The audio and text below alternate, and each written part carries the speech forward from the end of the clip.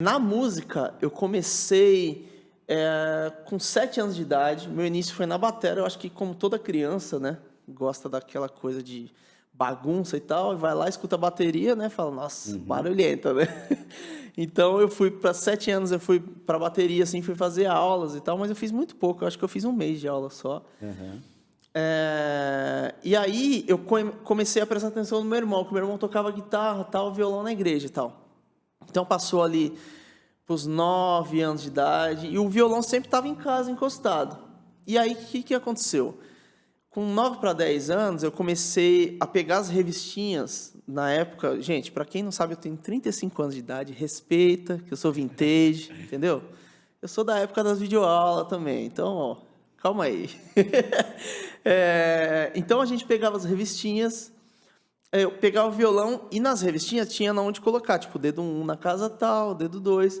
E eu fui colocando o dedo assim na onde que ia fazendo. E fui aprendendo as posições, né? Aham. Lá maior, ré, sol. Fui aprendendo assim, bem devagarzinho, mas meio que sozinho, assim. Peguei o violão e fui aprendendo. E aí, conforme eu ia para a igreja, eu olhava ele tocar. Aí, cada culto eu decorava meio que assim, aquela posição é ali. Então, aí eu chegava em casa, pegava o violão e tentava reproduzir aquela posição. E aí eu acabei começando a tocar uma musiquinha aqui, outra ali, mas bem de leve, assim, bem inicialmente mesmo. E aí passou mais ou menos uns 2 para 3 anos, eu fazia parte da Igreja Batista. Da Batista, a gente foi para a Assembleia.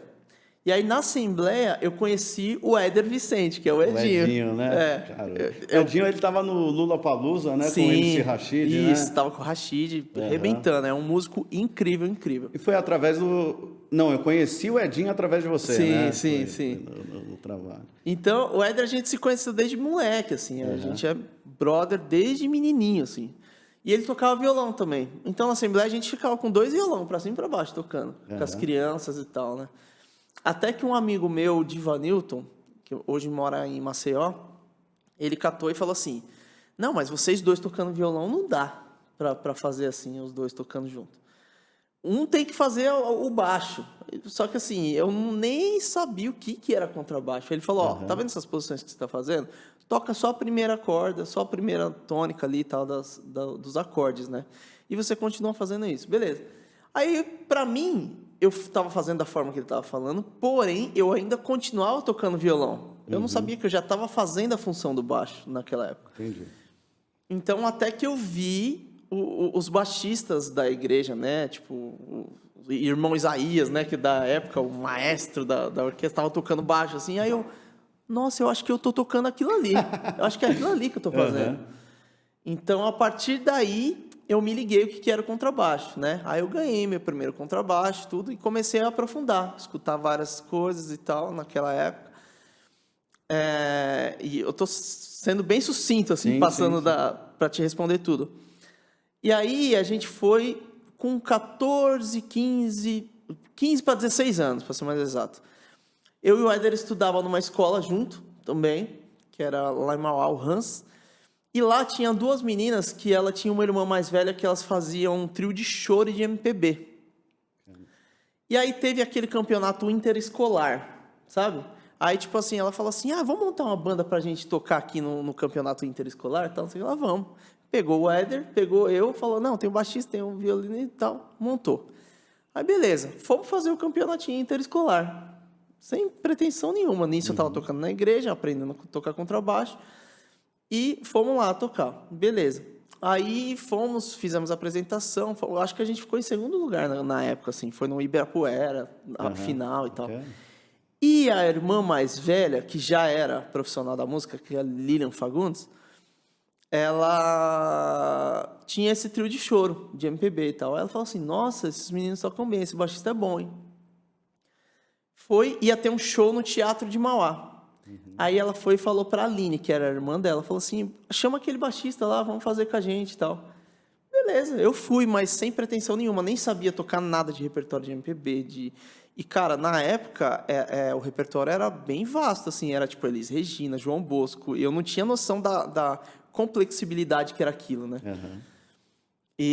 Mas eu tirei ali, eu acho que até pelo fato da escola da igreja, que a igreja te traz uma versatilidade gigantesca, né? Você toca desde pentecostal até groove, rock, você toca de tudo, né?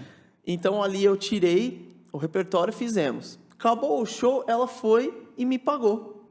Não sei se era 70, 80 reais na época, mas aquilo ali despertou um lance em mim. Eu falei, dá para ganhar dinheiro com isso? Eu falei assim, eu acho que isso aí dá dinheiro, dá para mim ganhar uma grana com isso.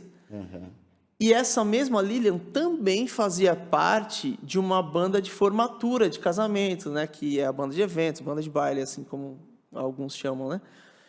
E aí, o mesmo baixista que fazia nesse choro, nesse trio de MPB, também fazia na banda de baile. Então, aí ela falou, por que você não faz lá com a gente? Eu vou te apresentar para os meninos de lá.